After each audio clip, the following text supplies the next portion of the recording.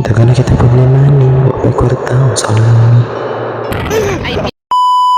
Good afternoon, everyone. So we're here at the National High School, located in Dumingag, Zamboanga del Sur. We're here to interview one of the students here, to ask about their teachers, how the teacher assessed them for their learning. So what are you waiting for? Let's go.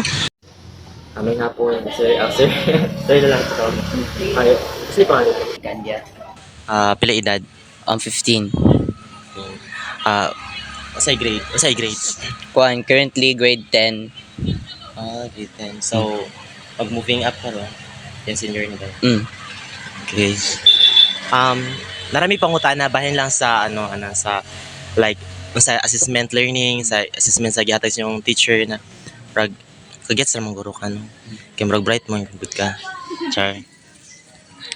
Anyway, sige, ma-proceed na ta sa question and answer. Sure ba? Ready na ka? Ready? Ready mo for me. Sige, go. Okay, primero pangutana. What are the different types of assessment your teacher use in assessing your learning? Like, unsa ba kasagaraan niya i-assess sa inyo ha? Kuan, para makuha niya mo usay sa mong learning, gipamaging niya og since among eskwelahan karon is kulang og rooms. So daghang estudyante pero gamay ra og rooms. So karon among learning system nga ginagamit ron is mixed learning, which is kanang modular and also face-to-face learning. In terms of learning modality, again mo learning modality. So mixed good. A blend. Okay. Parehara pa sa to ano. Pero wala may nag-online sa to, di ba? Wala ra ba? Hindi ko sure. Okay. So sa imong teacher kanang kung dawin nga mag-discuss siya, mo automatic quiz ba siya or dili? Dili usahay magkuan siya pre-assessment. Then more on discussion, then after discussion na small activities, then small activities na small discussions na po din sa mga dili mag-gets, then after sa small discussion ay long quiz may tabo. Mo siya kuan. Formative kay during discussion. Okay. Dayon, similar question. Like kanin patalam. How frequent are the question number 2 is how frequent are the following forms of assessment utilized by your teachers? Kani i-rate ra nimo kuan nimo. Itubag ra nimo kung always ba, like sa performance assessment always ba, sometimes or never. Kani sa performance assessment, prime mo mag-perform during sa inyong discussion or Always. like specify daw nga subject like Kuan, especially mathematics, English, Filipino, and many more. about portfolios. Sometimes sa may kailangan og portfolio man, di man siya kailangan di always. Like kuan lang like sa first grading kinahanglan mo By grading. by grading. Di na to na. How about exhibitions? Usually always kay especially na ako sa STE curriculum, which is mag-focus yun sila about science and engineering. So kailangan na may subject of research, which is kailangan yun na mo always i-exhibit ang among product or mechanical nga namong nahimo. So STE day ka, STE. Before manggod ka ng STE, gitawag STEM, social, STEM ba gyapon na ron STE na. STE. So kay pag kuan ako pag tungtong na ako og grade 10, ang tawag niya kay SSC. Social Science Curriculum karon STE na pud ay. STE means Science, Technology, and Engineering. kaya ang STEM manggod kay social sa to. Ay Science and Technology, Engineering, and Mathematics.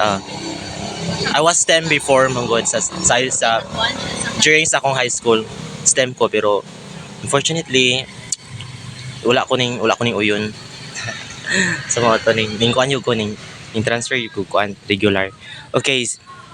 How about sa kanang demonstrations? Like kung during magpilme mo magpa-report, magpaunana, Perme. pirmi, Every subject. every Wala time. Pero naman mo sa ipa-rest yun mi. Like kanang papawayan sa miya sa mong auto kay syempre permente maglihok. kuan ay academic break, academic break. Okay, next is how about kanang journals? Sometimes. Kana pa pabuhaton mo mga article na Sometimes tara. masaya na. Pero kung mag-participate ko journalism, always yun. Okay. As I see, very active mo pud ka sa school in terms of academic, right? Ah. Dapat makum laude ka hanya college. Okay, next is lagi no. Okay, mo kan pagod. Dapat ay senior high school. Sa determine baka mo kuan mo graduate ug kuan with high honor. Oo. Wow. Gina-maintain. challenge jud day ka. Usa man, ang motivation sa imo is kuan intrinsic or extrinsic? Imo bang self or aduna pa yung nag-motivate nimo sa life? Pareha. Kay Ako- kuan usay kanang kanang bitaw more ma-pressure ko sa kung dili ko i-pressure sa akong parents pero i-pressure ko sa akong galingon balik kanang bitaw more akong maubos bitaw mahadlok ko ma-failure usahay.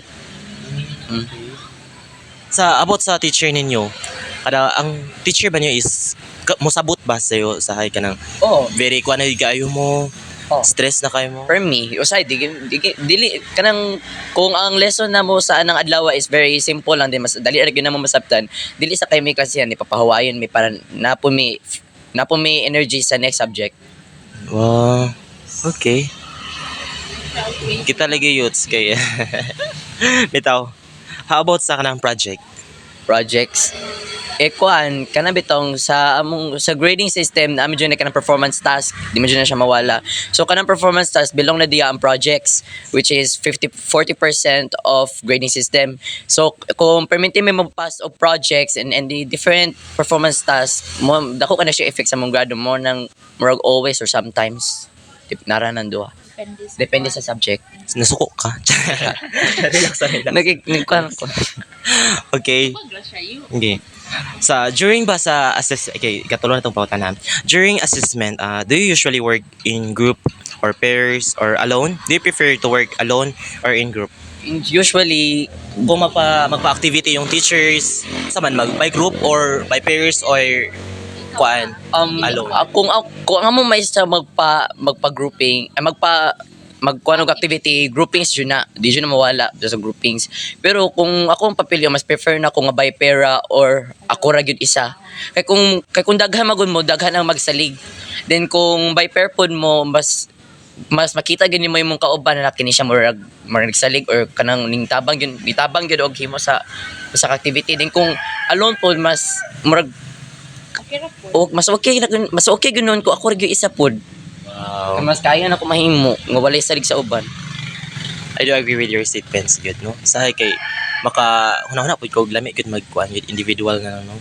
Sa in terms of mga activities or reportings, kay mas Kinahanglan og bitaw, no? idea sa uban nga magbulat pa ka. Kay kung magkuan mo by pair or by group, murag mag-mix bitaw ang idea tas magkadmulaag. pero tungod manggod kay sa tong curriculum is dapat diverse di siya na unity, di ba? Pero ang idea mapugol sa by group po kay kung na kay na learn i-share pud sa lain. Mo good. Okay. Ikaw pat ni pangutana, Sige.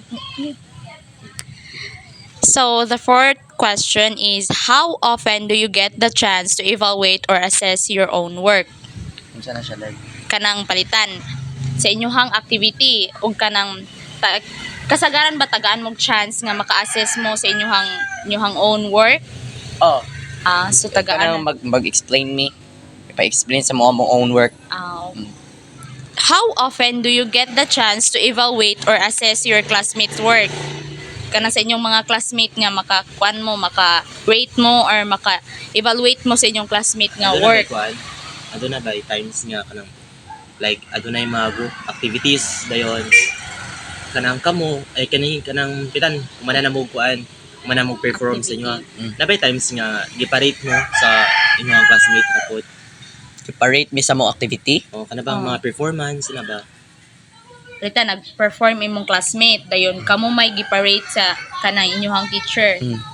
Napoy kuan na. Naa ay kuan na siya mark sometimes. Okay, usually ang kasagaran gyud mag-rate sa mo kay amo yung teacher. Mo jud kay kasagaran man gud uban fair mo ng teacher. So do you think assessing your own work or your peers' work important? Yes, para sa kwa more important gyud siya for enhancing your work pod kay kung makita nimo imong mali ay makita nimo imong mali sa pamaagi sa pag-check ang uban mag-check sa imong work mura makoreksyonan nimo imong mali bitaw ta sa mo din ni siya sakto mo din ni akong mali o kasagaran mo gina siya. Napay last questions, okay? Kanang ko. Okay, last lang gid po na. Do you have any suggestions for how teachers should do assessment to be more helpful for your learning? Like, ano na ba kay ka-suggest? Like, di ba ang teacher usually kanang magpa-assess sa inyo ha is kanang ay before that kanang before mo discuss yung teachers, ano na ba siya kanang objectives niya ihatag sa inyo ha? Naa. Like before mo dapat at the end of this lesson na Naa. all subject. Oh. Sa kasagaran sa PowerPoint makita. Okay. Unsa ika-suggest nimo para gyud ma-enhance pag gyud no? Oh. As a students need man gyud ta mo suggest sa tong teachers. Unsa ika-suggest niyo para ang assessment sa mga estudyante is ma-enhance pag gyud ba?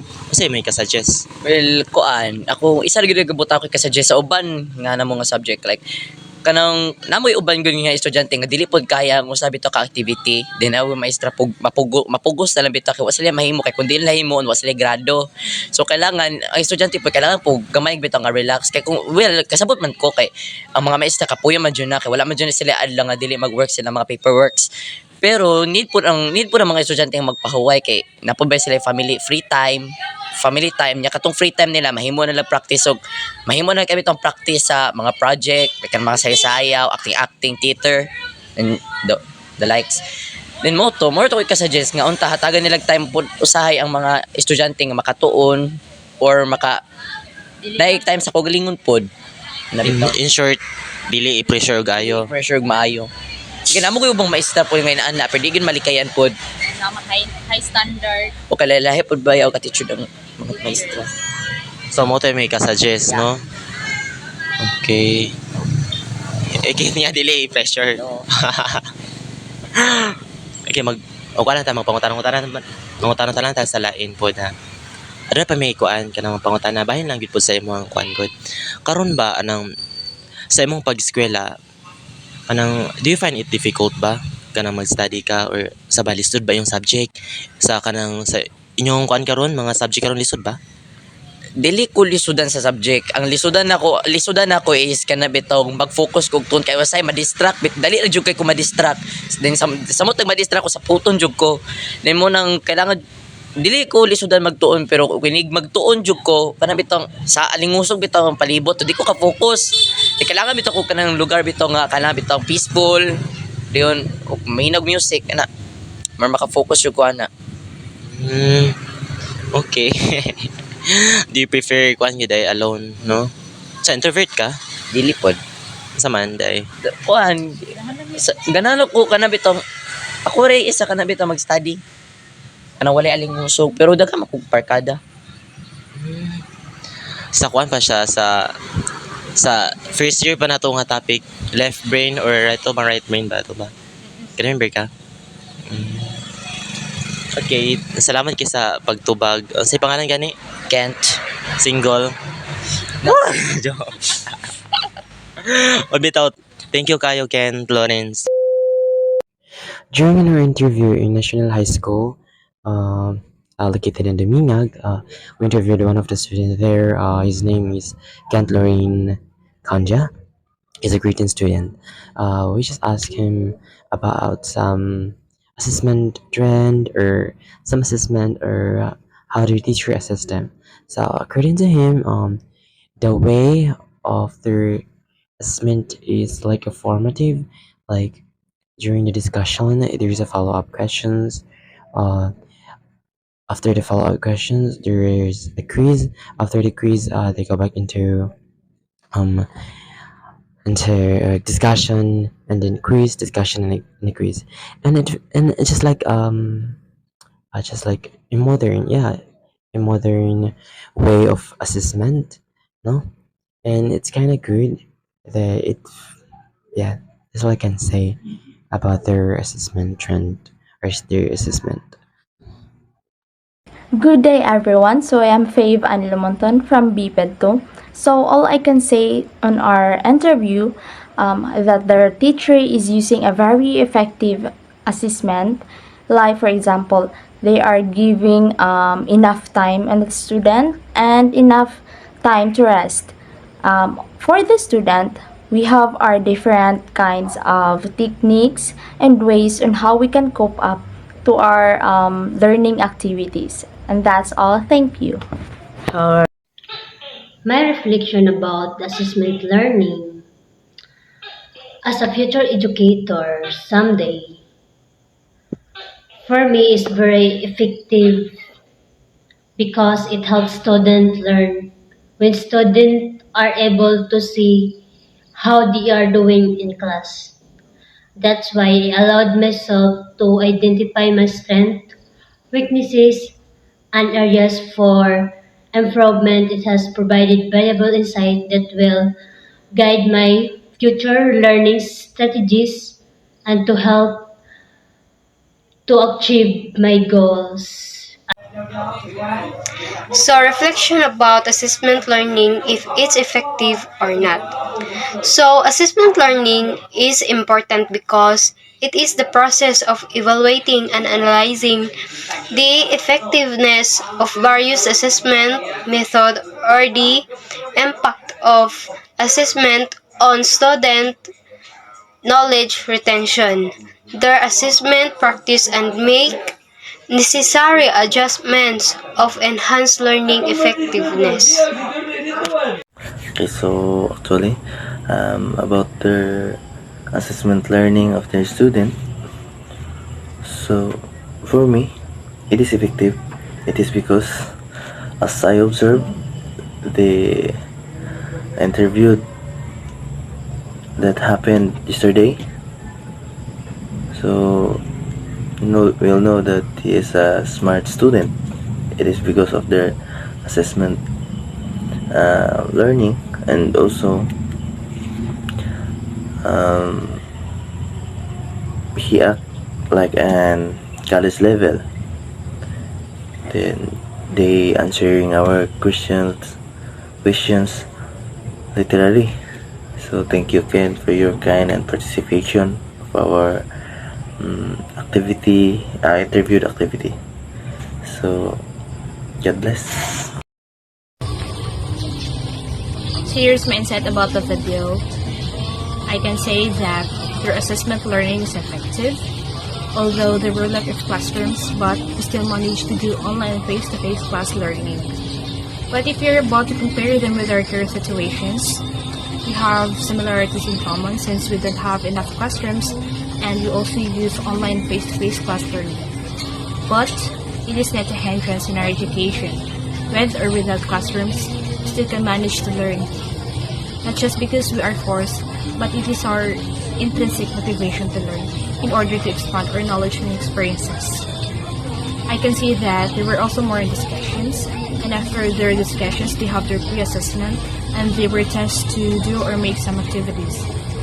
Now, I can really say that their assessment learning is effective since they use the formative and summative assessment, which is to test and assess the learnings of the students. And